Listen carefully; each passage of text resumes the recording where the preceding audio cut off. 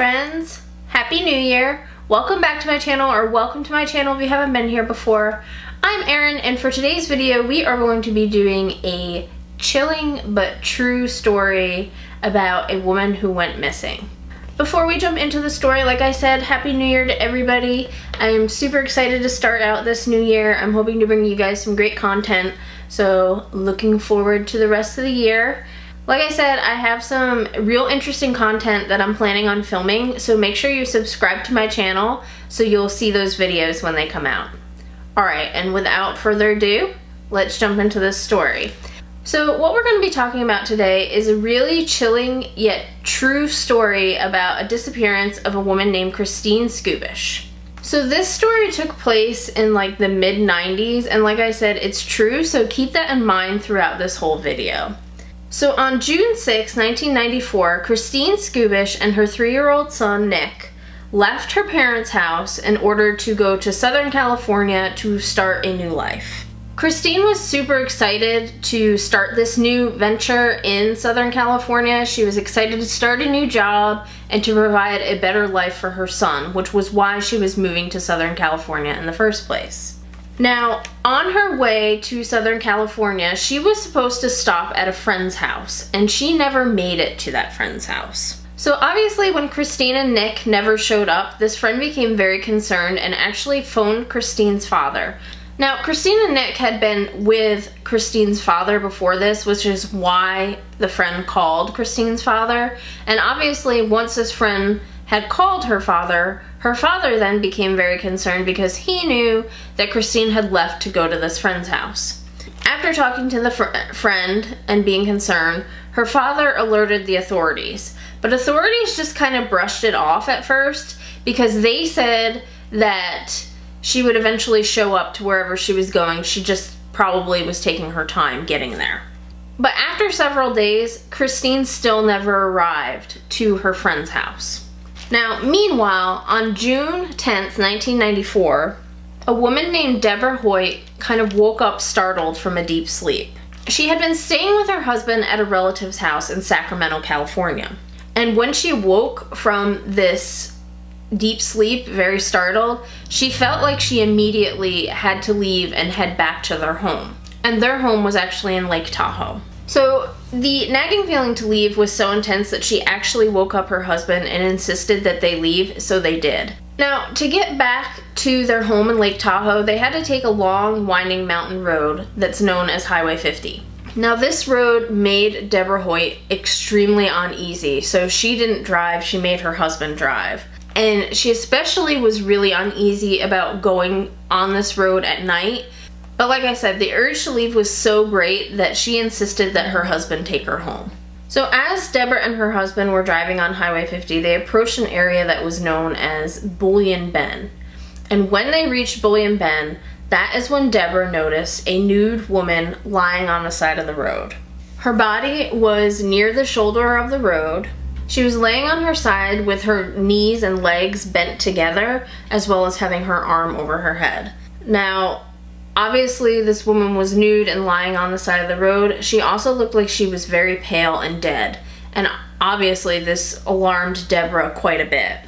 Now, Deborah did not tell her husband to stop. She told him what she saw, but she told him to keep driving because she kind of had a fear that maybe this was some kind of setup, like maybe somebody was laying there to get people to stop and then other people were going to come out and attack them, or it was just some kind of like trick to get somebody to stop, to get out of the car, and then harm would come upon whoever stopped. So she told her husband to keep driving, and he did.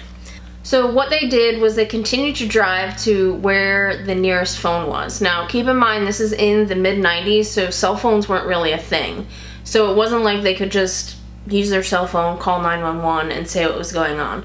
So they drove to the nearest place that had a phone, and they did call the authorities and alert them that they saw this nude woman lying on the side of the road. Now, the sheriff's deputy that was assigned to go check out whether or not there was a person lying on the side of the road was Sheriff Deputy Rich Strasser.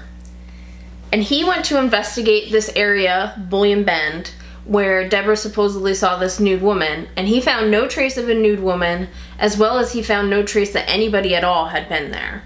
So he kind of wrapped up his investigation there and moved on because there was no trace of anybody. Now also, shortly after Christene and Nick's disappearance, Christene's aunt began to have very strange dreams. In one of these dreams, the aunt was riding in the back seat of a car and she saw the silhouette of a woman as well as a young child in the front of the car. Now, this car that they were all in was driving through a heavily wooded area. So in another dream that Christene's aunt had, she sees Christene and Nicholas standing in a front yard, and there are like these hurricane force winds blowing all around them. Now in this dream, with these winds blowing and the two of them in the front yard, Christene is visibly trying to get to Nicholas, but the wind keeps pushing her away from him, so she's never actually able to get to him. In the dream, the aunt asks Christene if she's okay, to which the haunting figure of Christene replied to her, no.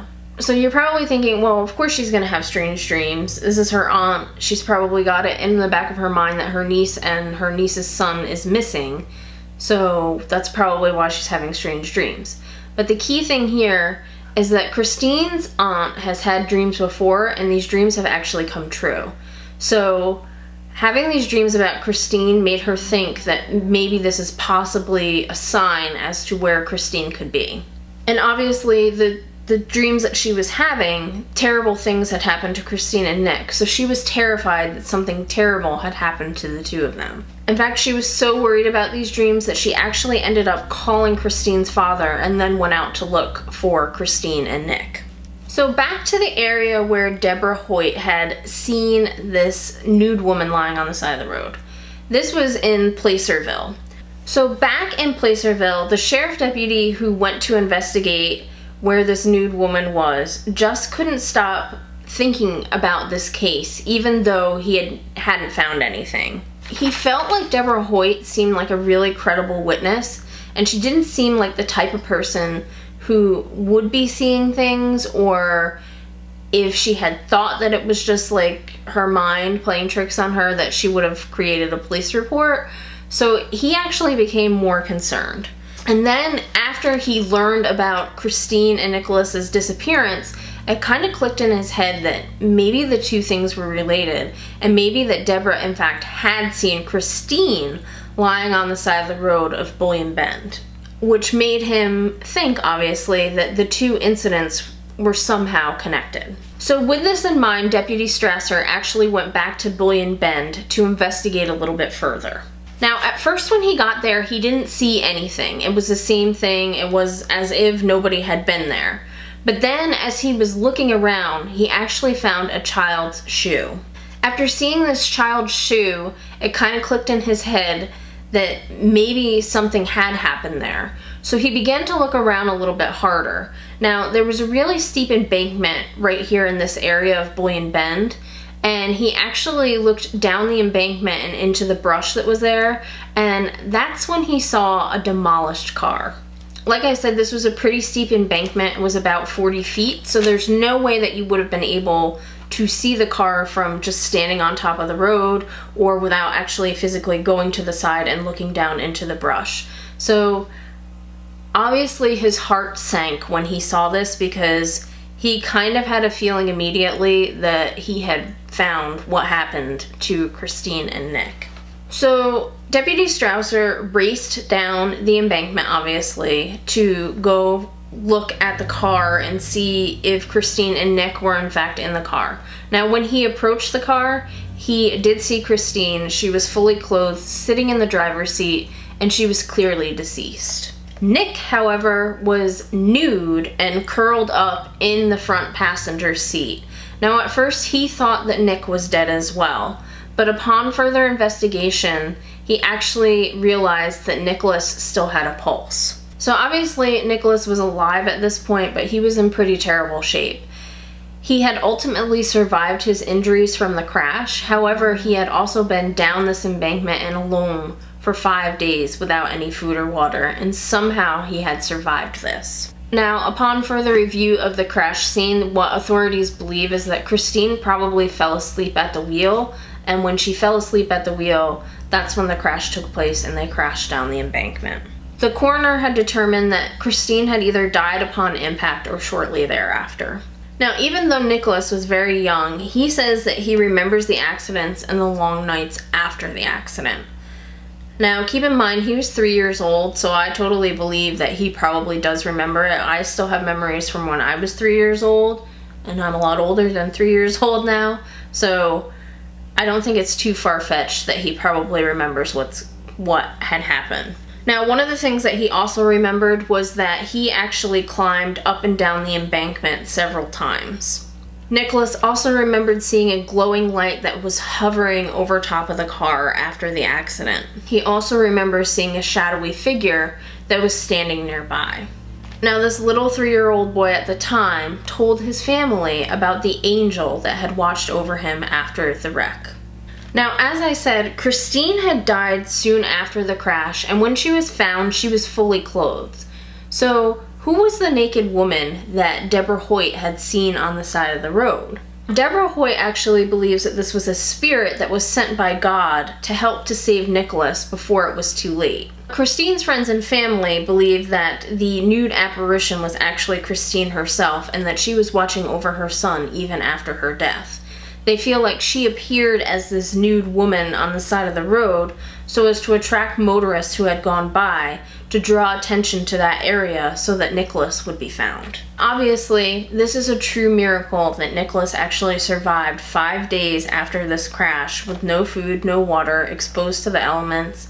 It was a little bit warmer since it was June, so he was obviously a little bit luckier there because this was in the mountains, so it probably still got cooler at night, I would guess, but warmer during the day, so that probably worked in his favor as well. So authorities in this case began to wonder if maybe Deborah had in fact seen Nicholas lying on the side of the road as opposed to Christene. Now, what do you think? Keep in mind that it was dark, so maybe she just didn't see clearly, and maybe it was in fact Nicholas on the side of the road. He had said he had gone up and down the embankment, and he was found nude, so that could be a possibility.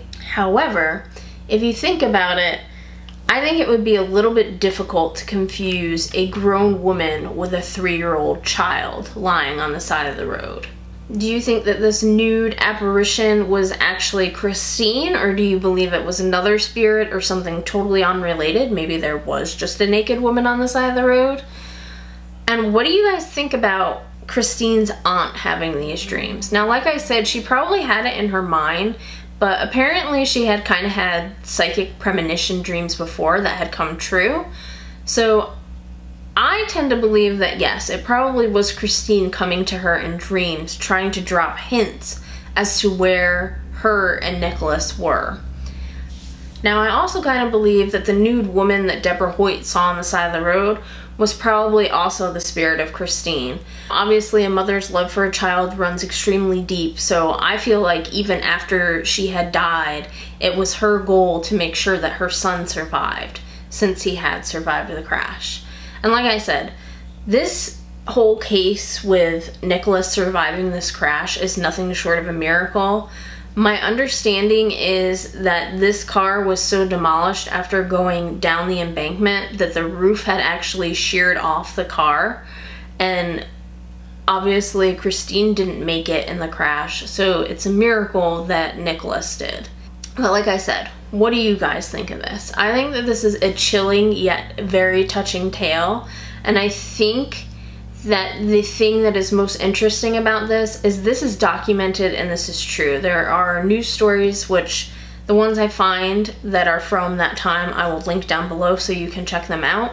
It's true. It's documented in police reports and such that, you know, Deborah called and reported this nude woman on the side of the road, and that the sheriff had gone and looked and didn't find anything.